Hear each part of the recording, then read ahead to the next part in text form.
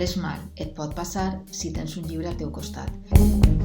Jo treballo promocionant llibres.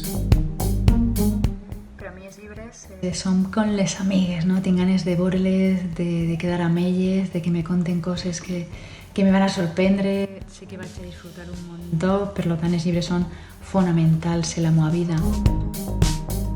Jo treballo imprimint llibres.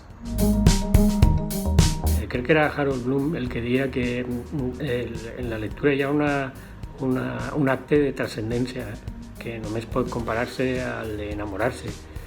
D'alguna manera, la lectura, en major o menor grau, amb més plaer o menys, es canvia. Ja no eres el mateix que eres abans de llegir, d'entrar en un món que desconeixies abans d'obrir les planes d'un llibre.